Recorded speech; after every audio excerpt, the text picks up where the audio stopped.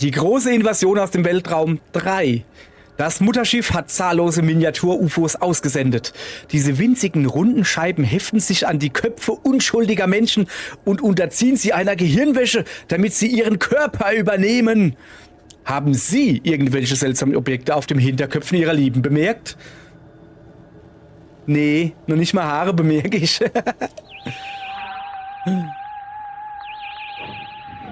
Sehr schön. Guten Tag, ihr Leid. Wir spielen Silent Hill F und wir werden heute das UFO-Ende freispielen, hoffe ich zumindest. Und zwar ist dort oben an diesem Baum, der runde Baum da, direkt neben dem X, da ist das 3. Filmplakat. Wir brauchen aber das 2. Filmplakat. Und das, so habe ich mal gehört, werden wir heute finden. Dann gucken wir mal. Wir müssen auf jeden Fall runter zu Shu. Und ich glaube halt, dass wir da irgendwie runter müssen. Also wir müssen da unten hin. Ich gucke mich mal da ein bisschen um.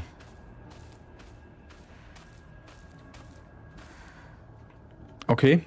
Ich höre schon mal was.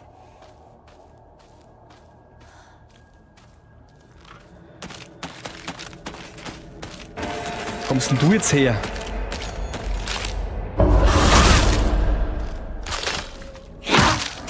Echt jetzt? Also das war jetzt schon fies, oder? Wo kommt denn die jetzt her? So, gerade habe ich da was. Ah, Ramune. Ramune nehme ich mit. Wie sieht es eigentlich mit unseren Waffen aus? Naja, geht so.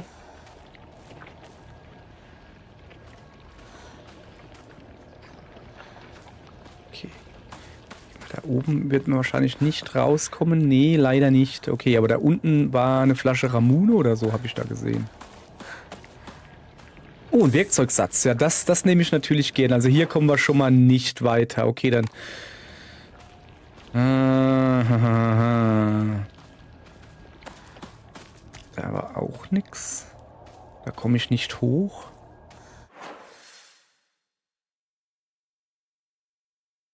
Ja, aber wie soll ich denn da hochkommen? Also wir müssen da irgendwie rüber. Oder ich probier's mal. Indem ich da oben... Also links ist falsch. Da bin ich mir relativ sicher. Ich gehe aber trotzdem mal gucken.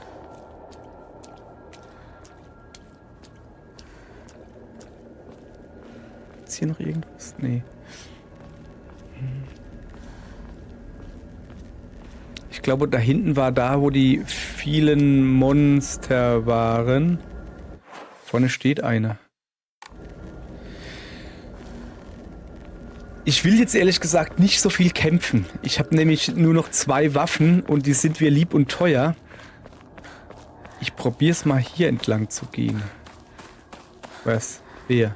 Ah. Achso, das...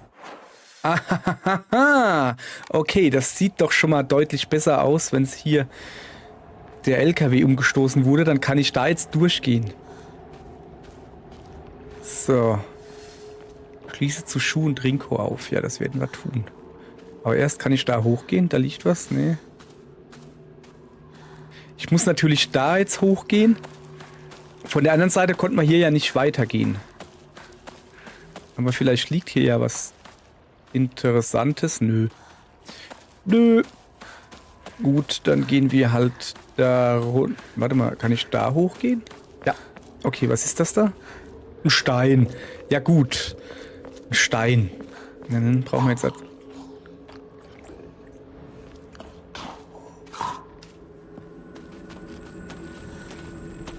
Okay, da unten ist eine.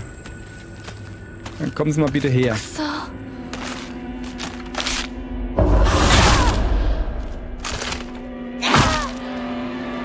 Immer noch? Jetzt. Gut.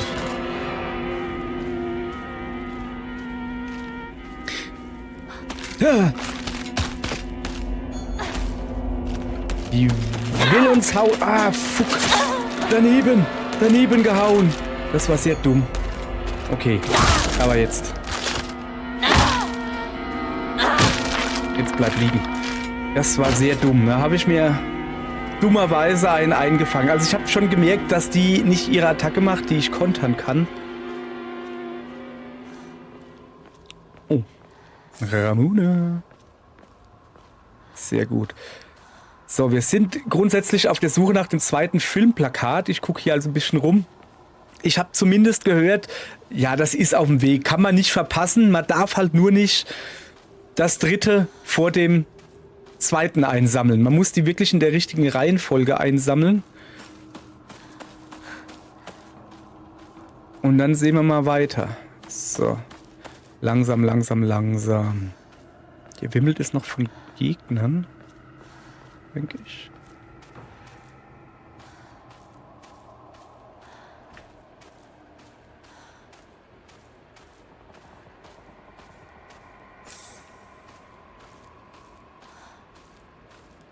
Aber das Arare könnte ich mir gleich einverleiben. So, das macht nur ein bisschen Energie hoch und... Okay. Ich will jetzt aber schon gucken, ob es da drüben auch was gibt. Ja, natürlich. Schokolade. Schokolade.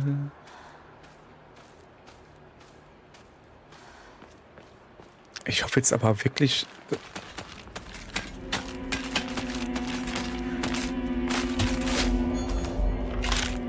Das machst du keine 100 Mal mit mir, gell? Kriegst gleich noch einen hinterher, kann ich dir jetzt schon sagen. Zack. Alter, das sind diese Blumenmädchen, weißt du? Die brauchen da ein paar mehr. Ein paar mehr Schläge. Wir müssen uns gut umgucken. Also wir suchen Filmplakat. Oh. Ah. Ja, das ist nicht gut. Wir haben nimmer wirklich... Lass mal gucken. Wir haben 3 Dinger zum Reparieren. Die haben... Ah, da ist irgendwas.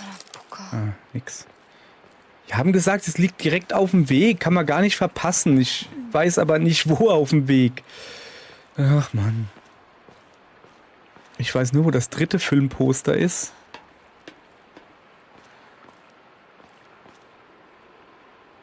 Ja, komm. Das bringt alles nichts. Wir reparieren den hier. Gut. Halt.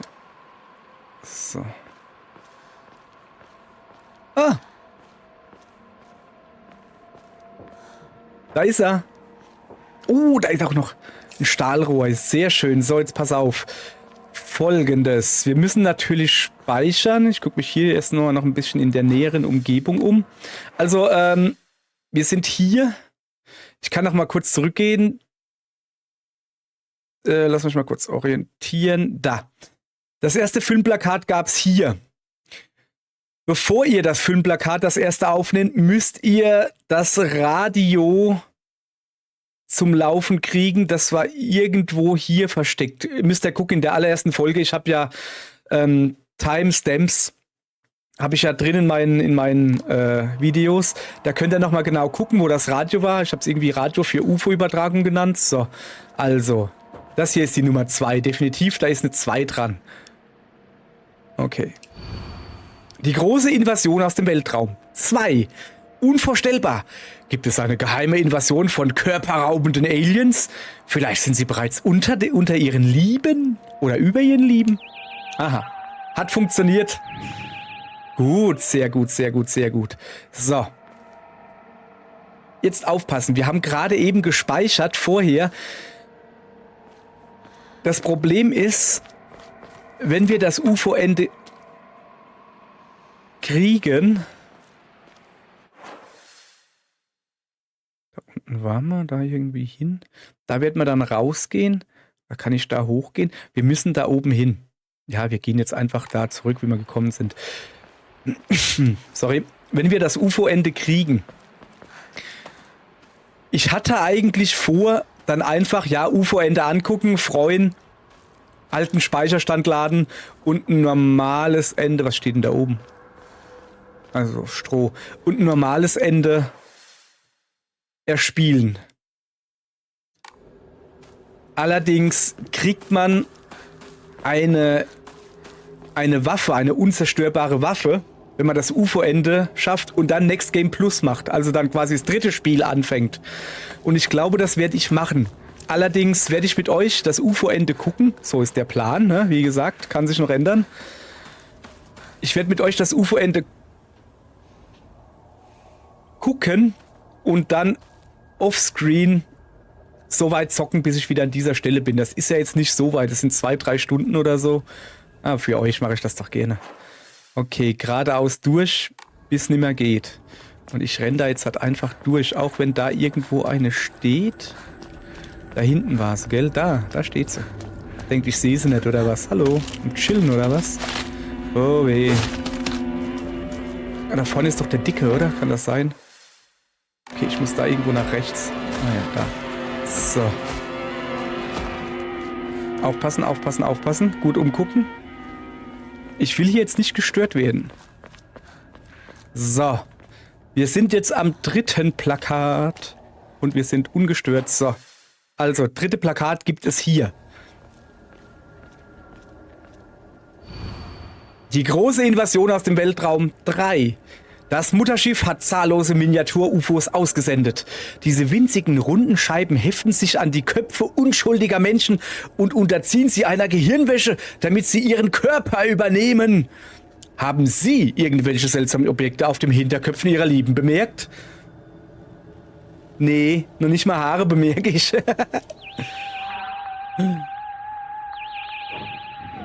Sehr schön. So, Eintrag aktualisiert. Daher stimmt. Da. Gibt's da auch was Neues? So. Also ich fange einfach mal ganz von vorne an, oder? Weltraumkriege. Dies ist ein Spiel, das Schuh und ich zusammen gespielt haben, als wir Kinder waren. Im Grunde kamen Außerirdische, das sogenannte Galaktische Imperium, in Scharen in UFOs an und wir kämpften gegen sie, um die Stadt zu schützen. Andere Spielkameraden kamen und gingen, wir nannten sie neue Rekruten bzw. Gefallene. Und am Ende waren Schuh und ich die einzigen, die noch übrig waren, um das Galaktische Imperium zu bekämpfen. Bei Weltraumkriege ging es allerdings nicht nur darum, das Böse mit Laserpistolen zu bekämpfen. Wir taten so, als würden wir den Feind analysieren, indem wir Skizzen von Außerirdischen zeichneten. Im Sportunterricht sagten wir, der Unterricht sei ein Trainingslager für die Weltraumarmee. Ich glaube, wir haben auch mit Puppen gespielt. Stimmt, ich glaube, wir trainierten Erste Hilfe, um Verletzten zu helfen. Ich will ja nicht angeben, aber wir haben das Mutterschiff des Feindes, das riesige UFO, schon oft zur Strecke gebracht. Doch jedes Mal, wenn das passierte, entsandte das Galaktische Imperium mehr und mehr Truppen von seinem Heimatplaneten. Als wir älter wurden, konnten wir uns durch Sendungen im Fernsehen ein besseres Bild von Helden machen und ich glaube, wir haben uns einige ausgeklügelte Hintergrundgeschichten für die Anführer des Feindes ausgedacht. Zu diesem Zeitpunkt war es eine Welt, die nur Schuh und ich kannten. Die große Invasion aus dem Weltraum. Schuh hat diesen Film gesehen, als er jung war und sich das Spiel Weltraumkriege ausgedacht, das wir damals gespielt haben. Ich habe ihn mir damals auch angesehen, also den Film, nicht Schuh, weil mein Vater mich beinahe dazu gezwungen hat, ihn mir anzusehen. Ich habe keine Erinnerungen an damals, aber laut meinem Vater hat er mir so große Angst gemacht, dass ich tagelang nicht aufhören konnte zu weinen. Da dies die Inspiration für Weltraumkriege war, dachte ich, dass es eine spannende Geschichte werden würde. Offensichtlich trifft das nur auf die letzte Szene zu, der Rest ist einfach ein Science-Fiction-Horrorfilm. Schuh mochte das nicht, als er jünger war, und so war es sein Traum, mit seiner eigenen Weltraumarmee zurückzuschlagen. Das ist eins der Dinge, die ich an Schuh mag. Er lässt sich nicht von der Realität zurückhalten. Sehr schön. Uppala. So. Also, und jetzt müssen wir, habe ich gehört, wir müssen irgendwie da oben hinkommen. Aber wie? Aber wie? Es ist ja alles zu. Oder kann ich... Wir müssen jetzt einfach gucken, also links... Kann ich das nochmal angucken? Ne, ich will nicht nochmal wohl. Ja, keine Ahnung. Also hier geht nicht, ja? So, da rechts rein geht nicht. Gut. Dann müssen wir ja da.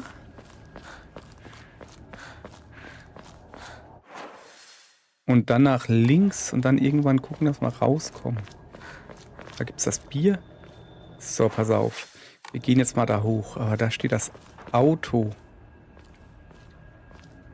Da steht das Auto. Also da oben kommen wir nicht raus. Das ist definitiv... Also Auch hier nicht. Da ist ja der Zaun. Ich will doch nur darüber, Mann. Lass mich doch. Probieren es mal da unten rum. Vielleicht ist da irgendwas kaputt. Also von dem Hindernis da. Sieht nicht gut aus. Es sieht nicht gut aus. Also, Moment, ich bin ja ganz falsch. Ich muss gar nicht zu ihr gehen. Das ist ihr Haus. Ich muss zu dem Laden da unten. Da war ich doch jetzt genau in der Nähe. Okay. Sorry, tut mir leid für die Verwirrung. Ich wollte es nur ein bisschen spannend machen. So, also müssen wir wieder zurück, Masch.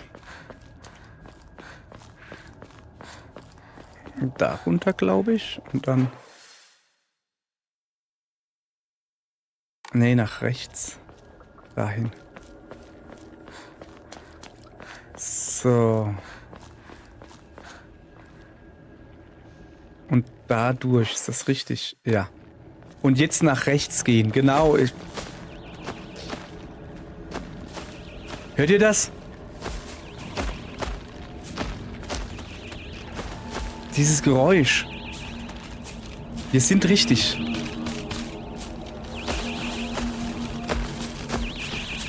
Das kommt von da hinten links. Okay, aua. Wo muss ich denn hier hin? Ich höre doch hier dieses Geräusch. Mach mal kurz Platz. Da ist was. Da ist ein Alien-Raumschiff. Zack. Die große Invasion aus dem Weltraum. Obwohl in diesem Werk UFOs und Menschen vorkommen, die von Aliens kontrolliert werden, erscheinen die Aliens selbst nie auf der Leinwand. Stattdessen beleuchtet dieser Film die zerstörerische Macht des Misstrauens. Manchmal kann der Versuch, seinen Mitmenschen als Freund oder Feind anzusehen, der wahre Horror sein. In einer besonders schaurigen Szene werden die Bewohner der Stadt, in der das UFO gesichtet wurde, fälschlicherweise als körperraubende Aliens bezeichnet. Die anklagenden Menschen schreien und spotten, während sie ihre eigenen Leute in ein Internierungslager schicken. Schlimmer noch, jeder, der es wagt, sich gegen die Gruppe aufzulehnen, wird als einer von ihnen angesehen und ebenfalls eingesperrt. Man kann sich nur fragen, ob erzwungene Solidarität unter Menschen überhaupt Solidarität ist. Und der Film ist deeper als gedacht, ne? Am Ende des Films wird die Zahl der Menschen gezeigt, die während der Alien-Invasion getötet wurden. Interessanterweise wurden weit mehr Menschen von ihren Mitmenschen getötet, als durch Angriffe von UFOs. Vielleicht verließen die Aliens am Ende die Erde nicht, weil sie verloren hatten, sondern weil sie glaubten, dass die Menschheit eine Übernahme nicht wert sei. Die große Invasion aus dem Weltraum ist ein Film, der seinem Publikum einen einigermaßen interessanten gesellschaftlichen Kommentar liefert, aber jeder, der sich auf einen unterhaltsamen Actionspaß freut, wird bitter enttäuscht sein. Bewertung 6,5 von 10 Sternen. Naja.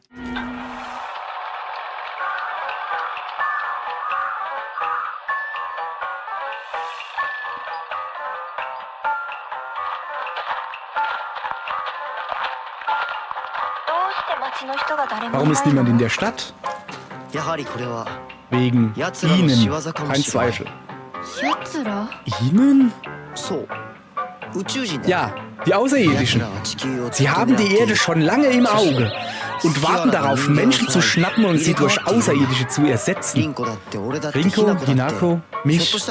Jeder von uns könnte ein Außerirdischer sein, der nur vorgibt, die echte Person zu sein. Ich bin keine Außerirdische. Gibt es dafür einen Beweis? Gibt es.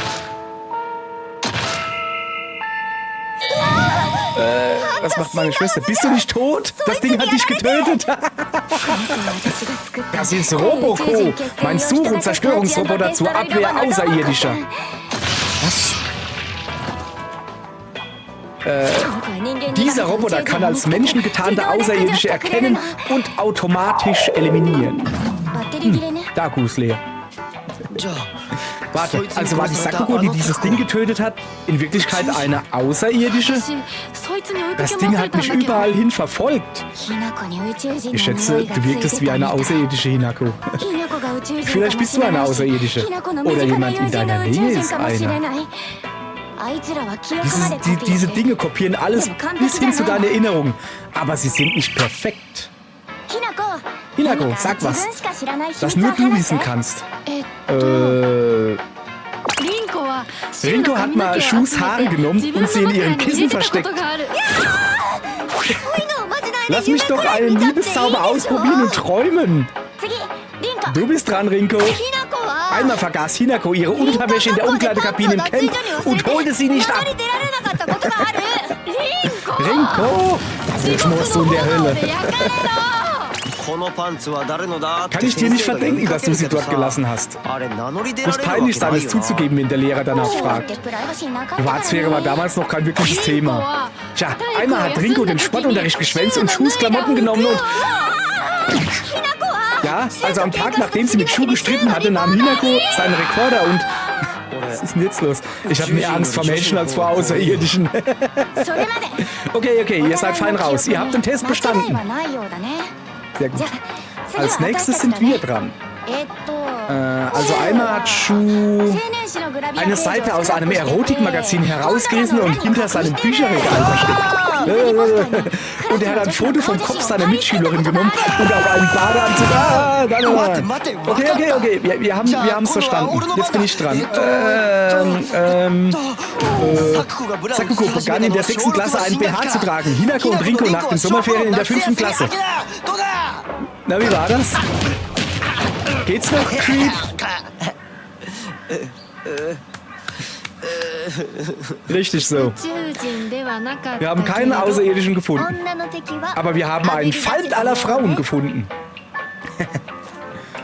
Ist das nicht Vater und Mutter? Hinako, wir gehen heim.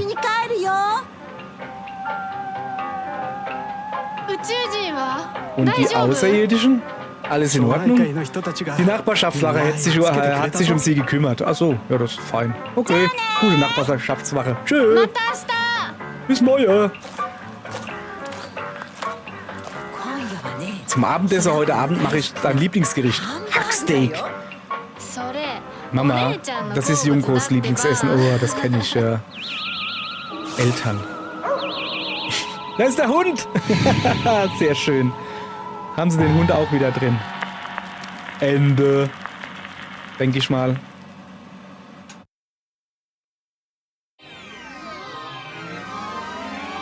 Coole Abspannmusik, bitte, danke.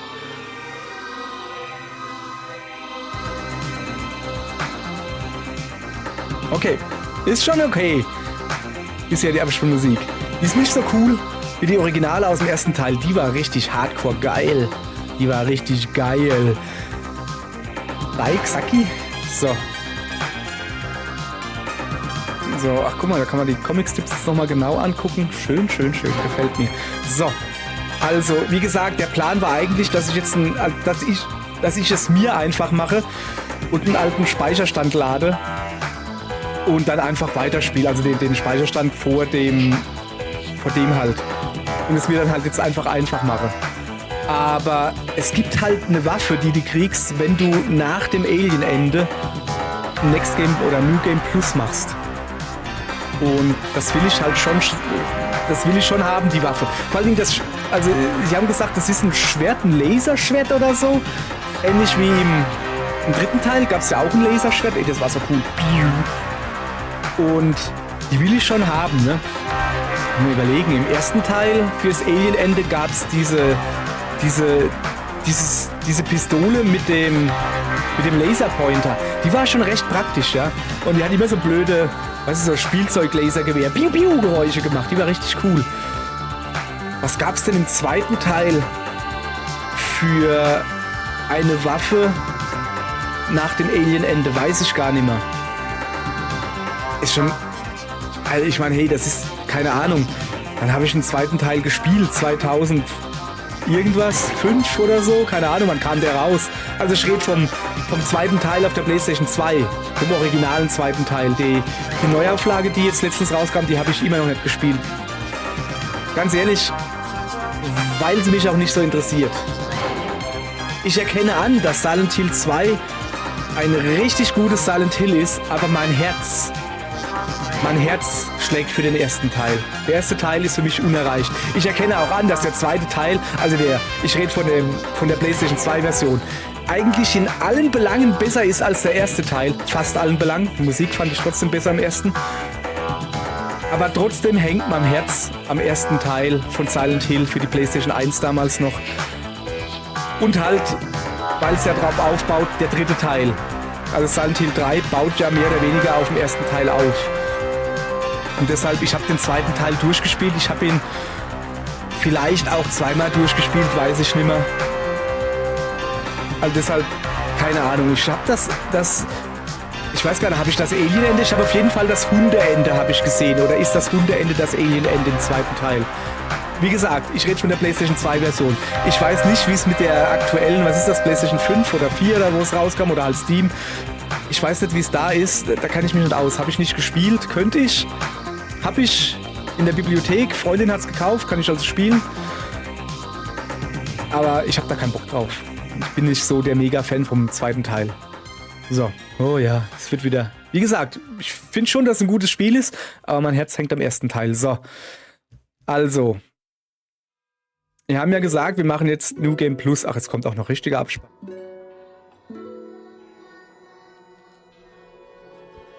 Sorry, es ist richtig trockene Luft hier, muss ich viel husten. Nun gut. Also, ich muss mal gucken. Wir sind jetzt bei der 6. Folge.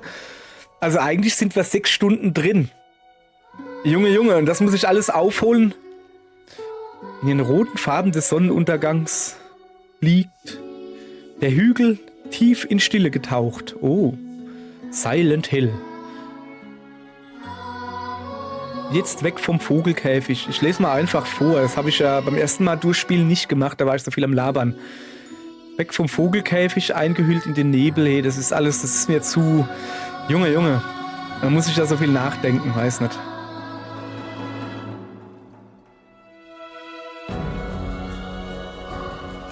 War's das schon? Kommt da nicht noch was? Ich weiß auch gar nicht, beim ersten Mal durchspielen kam ja nach dem Abspann noch eine After-Credit-Scene quasi und dann kam eine After-Credit-Scene Credits, wo halt Akira Yamaoka nochmal richtig in die Seiten gehauen hat. Also so ein richtig schönes E-Gitarren-Abschlusslied. Vielleicht kommt das hier auch. Okay, es kommt scheinbar kein Text mehr. Okay, in der letzten Folge haben wir ja Sakuko bekämpft. Und also ja, wir haben 4 Omamoris, ne, die das deutlich leichter machen, aber ey, wenn du halt weißt, was dich erwartet, auch in den Kämpfen und so, wenn du weißt, was dich erwartet, sind die Kämpfe so schön einfacher. Plus die Omamoris natürlich, die ich noch drin hatte. Aber halt, du weißt, du brauchst keine Panik. Du weißt, ey, sie macht diesen Angriff, sie macht hier diesen Grappling-Angriff. Also ich rede jetzt von Sakuko, dem ersten richtigen Boss. Und dann beamt sie sich weg und du musst einfach nur auf sie rennen und so kurz pieksen. Du musst nicht fest zuhauen, du musst sie nur dran hindern, ihre komische Keule zu bimmeln. Das ist eine Bimmelkeule, ne? Und wenn du das schaffst, dass du immer am Bimmeln hinderst, kriegst du auch noch ein Achievement. Habe ich dieses Mal gekriegt, beim ersten Mal natürlich nicht. Beim ersten Mal bin ich sogar hier, also bei Sakuko, gestorben bei dem Bosskampf. Ah, da kommt die E-Gitarre rein und ich sehe, dass ich hier die Musiklautstärke wieder etwas runterregeln muss in der Nachbearbeitung. Wunderbar. Sonst bläst es euch die Ohren weg, beziehungsweise ihr hört mich nicht mehr labern. Ist aber auch nicht schlimm. So, meint ihr, ob jetzt auch noch eine After-Credit-Scene kommt?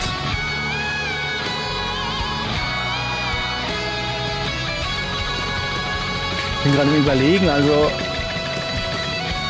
Ja, wir haben jetzt halt dieses Alien-Ding da gespielt und hahaha, gibt keine Aliens. Also hier, da waren Aliens, aber die Nachbarschaftswache hat sich um die Aliens gekümmert. Alles ist wieder gut, wir gehen nach Hause, alles super.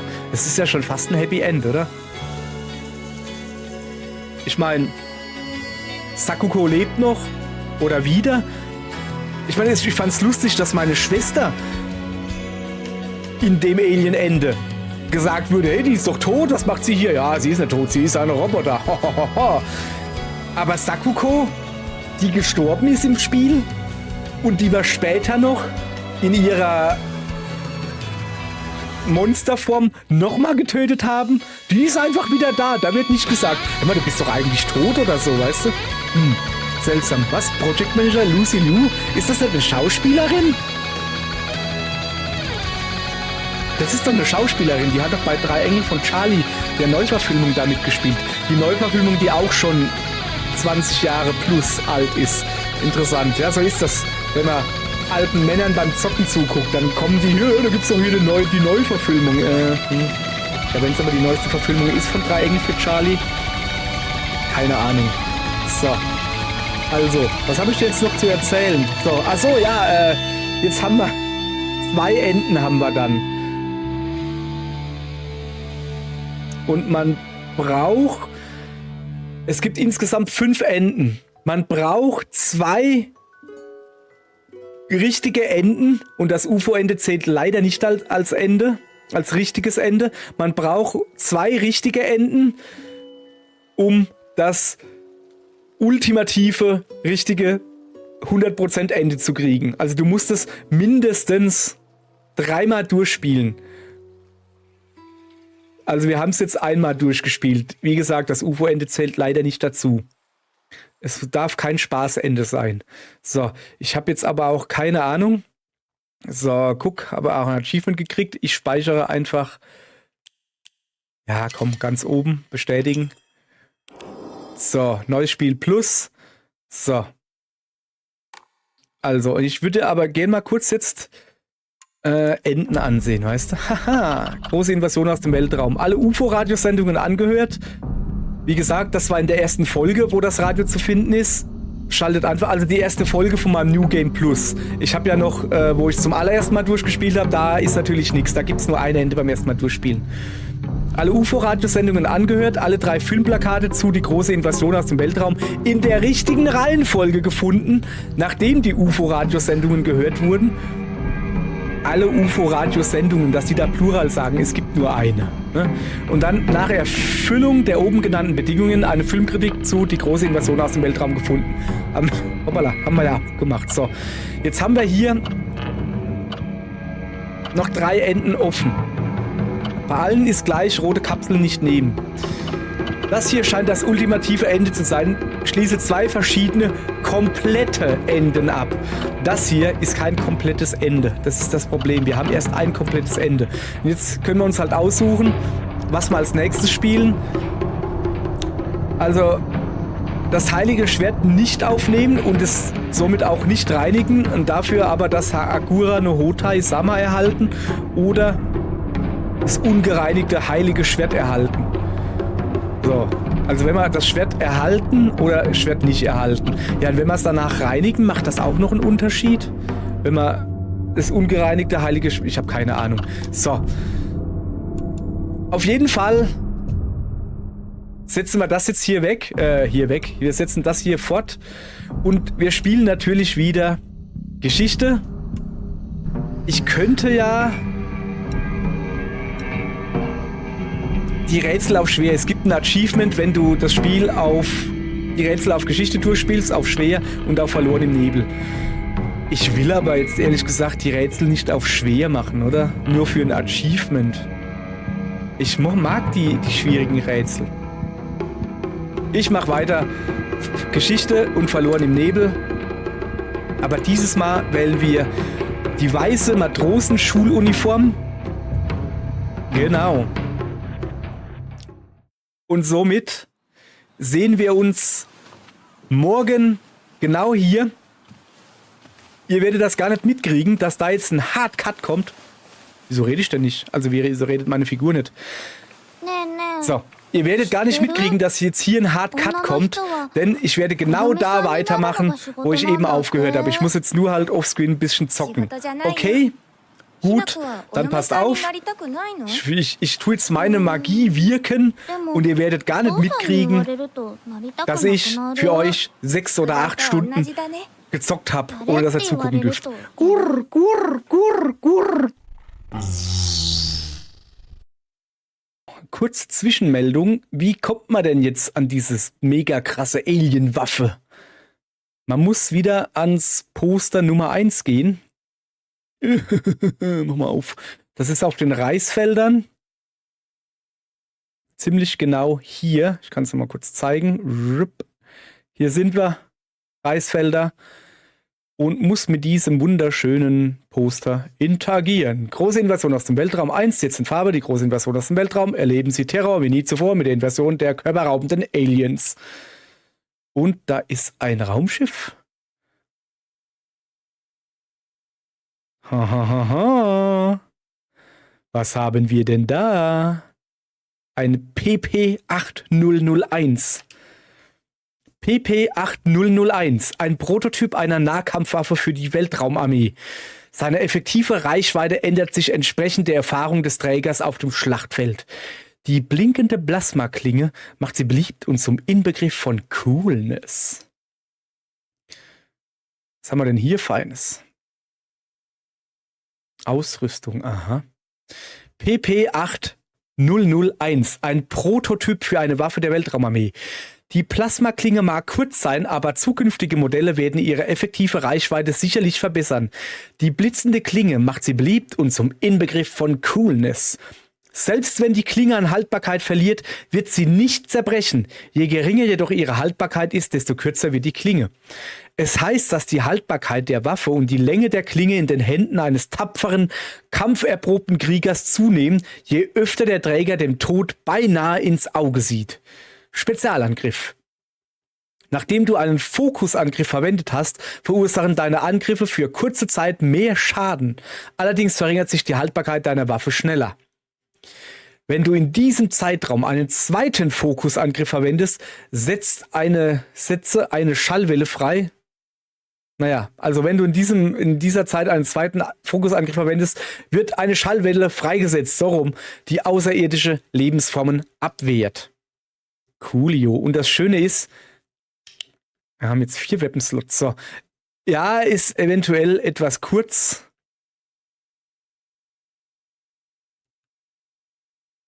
Und jetzt pass auf. So. Wunderbar, oder?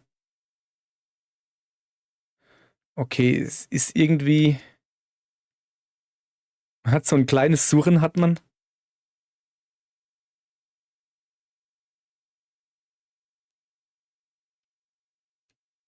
Nun gut.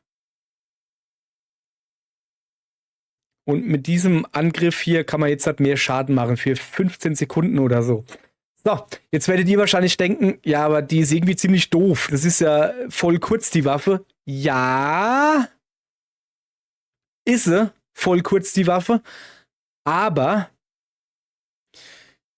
mit jedem Durchgang, den du durchgespielt hast, verlängert sich die Klinge der Waffe.